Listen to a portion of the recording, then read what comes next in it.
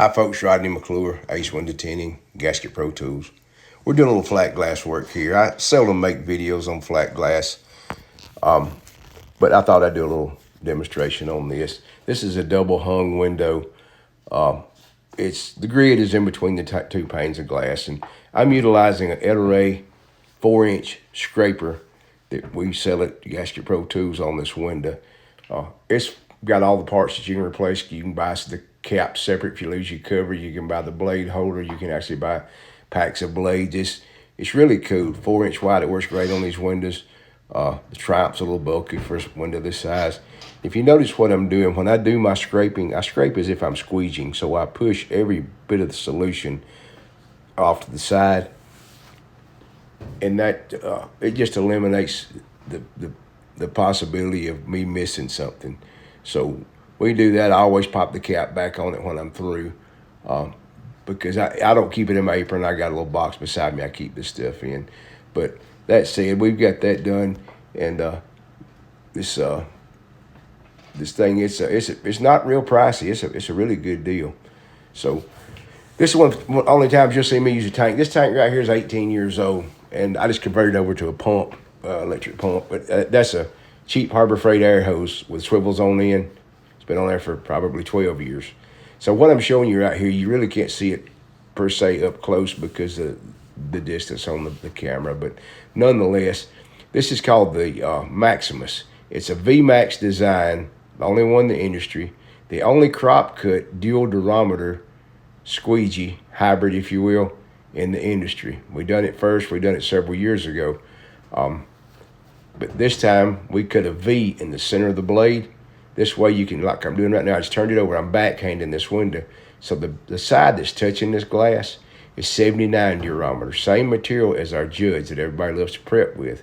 The other side is a sledgehammer, 93 durometer. And you may wonder, well, why would we do that? Why would we put a V in it? For the simple reason, for the people that want to use one squeegee to prep and install with, now you've got it. We listened to you.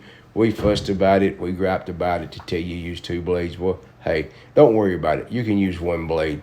So you can access both sides of this blade without taking it out of the handle to prep with. I've been doing a lot of car videos, haven't posted them yet. This is the first time anyone's seen this one. Now this film is DZ 15 dual reflective 15 from Solar FX. It's a really good film. It's dry tack or dry adhesive mount. Just really works well. I'm doing this in direct sunlight. This is the last window on the side of the house. Everything else is done. It's got a 19-foot by 12-foot roll-up door with 21 panes in it. Bruce started on it, and I started on a pair of fiberglass, bevel glass doors with 8 panes, 4 in each one. When he was working on the other, and I moved to all these smaller windows. But so what I'm doing right now, I'm tacking this thing down, and the bottom, I like to slide it down and butt it up.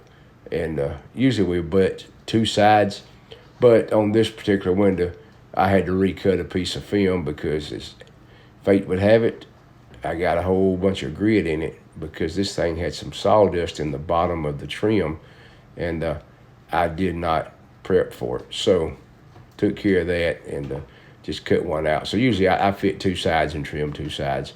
But like I say, what I'm doing right now, I'm just tacking it down by hand because I don't really want to extract it yet. I want to get it in the position I want because I have a unique way I cut around the edges.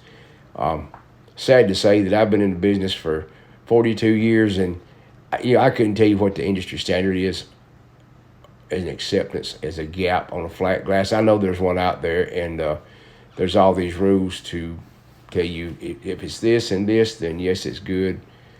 You know, Sammy Graham said it best. He said, don't do what's acceptable, do what's possible. Perfection's possible, and by golly, let's get it. So here we are. Now, we are using a hard card, a tool that I really like, it's an angle tool, but I'm wrapping it with a towel because I don't want to scratch any glass. And this is the same tool. Now, what I'm going to do, I took this thing up to the edge, and I do gap-free installs. Actually, I cut the film even a tad big if you think about it, because the way these windows are made, they've got a plastic flap around the edge, and that's what got me in trouble on the bottom. I raised that baby up and shoved the film down there, and when it did, it sucked sawdust right out of it. So I guess that's because they built those bunk beds right next to it. I don't know. But between that and the overspray on it, that causes a little problem. But I'm tucking that film right up under the edge of that lip. It's really easy to do. You can also do it like you do quarter glasses on cars. I took some 0.5 millimeter weed eater cord up in these things and open the gap. I slide the film up in it and I pull that stuff out. But I didn't do it. I thought I'd show this technique that I use on this, and it's nothing new. Everybody does it. Everybody has their own way of doing things, but nonetheless, we enjoy doing this, and we enjoy tinting windows. I mean, I'd have a no-nonsense approach about everything I do, and sometimes it hurts people's feelings, and I don't mean to. I'm rough, I'm abrasive, I'm just a mean old man, but the fact is I'll help you any way I can, as long as you don't,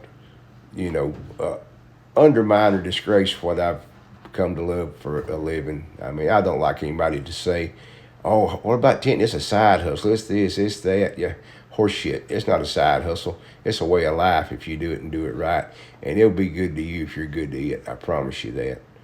And that goes along with a lot of stuff. And when I say these people put 20% and darker on windshield, shame on you.